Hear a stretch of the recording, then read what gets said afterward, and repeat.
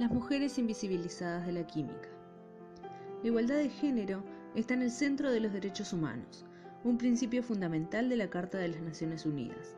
Derechos iguales para hombres y mujeres y la protección y el fomento de los derechos humanos de las mujeres como responsabilidad de todos los Estados. Es preciso desactivar los nocivos estereotipos de género, de modo que a las mujeres no se les perciba según las pautas de lo que deberían hacer, sino que se les considere por lo que son, personas singulares con sus propios deseos y necesidades. A lo largo de los tiempos, complejos procesos históricos y sociales han producido una profunda asimetría en la participación de los hombres y mujeres en la sociedad. El machismo imperante, anclado desde el inicio de los tiempos, ha producido estructuras de poder que conspiran contra la igualdad de condiciones para hombres y mujeres. La cultura y la razón deberían ser las encargadas de domar la bestia ancestral de las desigualdades de género. Por eso asombra cuando desde el centro mismo de la ciencia, paradigma de la racionalidad, emergen obscenamente el fantasma de la discriminación. El camino de las mujeres en la ciencia ha sido tortuoso. Por restringirnos a las áreas de la química, física o matemáticas, resaltan los casos de Marie Curie, que recibió el Premio Nobel de Química cuando su esposo amenazó con no aceptar el suyo propio. Como Rosalind Franklin, que estudió las estructuras del ADN y su nombre no figura en los ensayos, y tantas otras más. En nuestro caso, vamos a estudiar un poco sobre Elizabeth Fulhame. Aunque puede ser considerada la pionera en el ámbito de la ciencia, lo cierto es que la historia no registra su nombre. A pesar de semejantes vacíos, es posible reconstruir un tramo del sendero recorrido de Elizabeth, que a diferencia de otras contemporáneas suyas, caminó prácticamente en solitario, pues su trabajo se desarrolló sin la supervisión o protección de un hombre. No existen datos sobre la fecha de nacimiento o su muerte. Sin embargo, se sabe que el 5 de noviembre de 1794 se publica un ensayo para la combustión, que aunque en su época apenas trascendió, fue el anticipo de conceptos tales como la catálisis.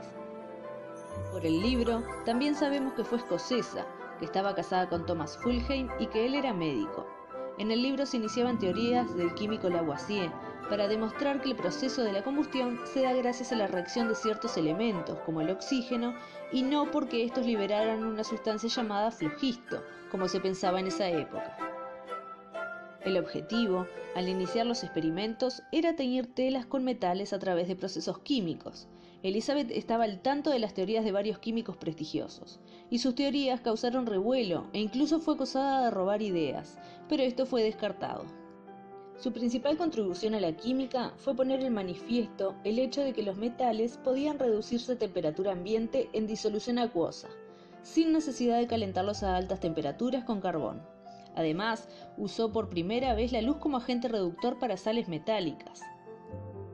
Con el conjunto de sus resultados, elaboró su propia teoría de la combustión. Se le considera una pionera de la cinética, porque fue la primera persona que consideró la posibilidad de que una reacción química pudiera constar de más de una etapa.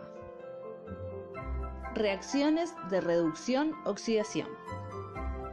Las reacciones redox son aquellas reacciones químicas que se llevan a la transferencia de electrones entre reactivos, alternando el estado de oxidación. De este modo, un elemento libera electrones que otro elemento acepta. El elemento que aporta los electrones recibe la denominación de agente reductor. Es el elemento que se oxida en la reacción redox. El elemento que recibe los electrones, por su parte, se denomina agente oxidante.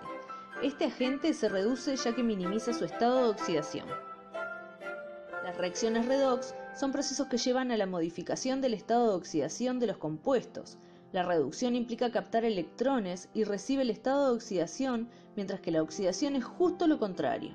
El elemento entrega electrones e incrementa su estado de oxidación. Es importante destacar que ambos procesos se desarrollan en conjunto. Siempre que un elemento cede electrones y se oxida, hay otro que recibe y se reduce. Reacción del zinc con el ácido clorhídrico. Se trata de hacer reaccionar el zinc con el ácido clorhídrico y observar qué es lo que sucede. Para ello se pone un poco de zinc en un tubo de ensayo. A continuación se echa el ácido clorhídrico hasta la mitad del tubo de ensayo.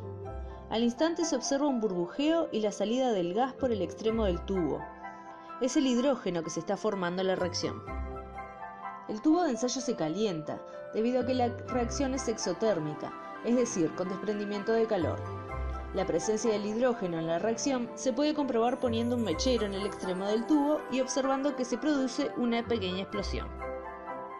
Es sabido que los metales son atacados, por decirlo de alguna manera, químicamente por los ácidos.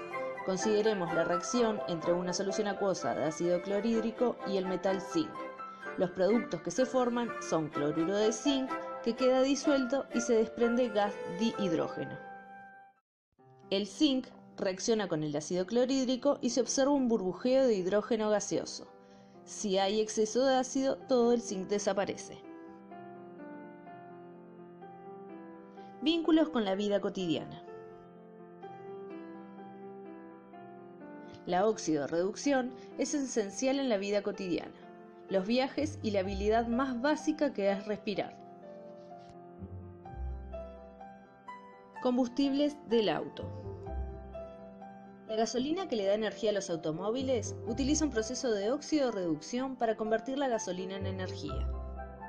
El proceso reduce el óxido de nitrógeno a nitrógeno y oxígeno.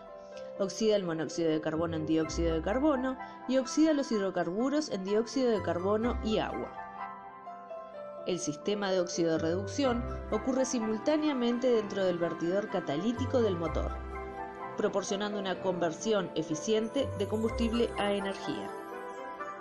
Energía térmica para los hogares. Los sistemas de calefacción de tu hogar utilizan una forma de oxidación-reducción para generar calor para tu casa. Este proceso reduce los hidrocarburos y el oxígeno en dióxido de carbono inflamable y agua. Este proceso de reducción genera energía en forma de calor, que se utiliza para calentar el hogar. Fotosíntesis. Las plantas usan el proceso de fotosíntesis para convertir el dióxido de carbono y la luz del sol en nutrientes. Este proceso es una óxido-reducción que separa los hidrocarburos que se encuentran en la luz solar, al igual que el dióxido de carbono del aire. El proceso produce carbohidratos a partir de las plantas, librando el exceso de oxígeno de forma natural en el ambiente. Esta forma de óxido-reducción es esencial para el ciclo vital, restableciendo el suministro de oxígeno en el aire.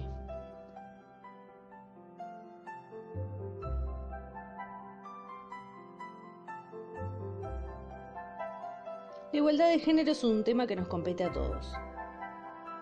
La lucha por la igualdad de género ha estado presente en distintos momentos de la historia y ha inspirado a personajes de todos los campos, disciplinas, profesiones y terrenos. Es una muestra más de la universalidad de esta causa y de la necesidad de aportar nuestro grano de arena para construir una sociedad más equitativa en cuestiones de género.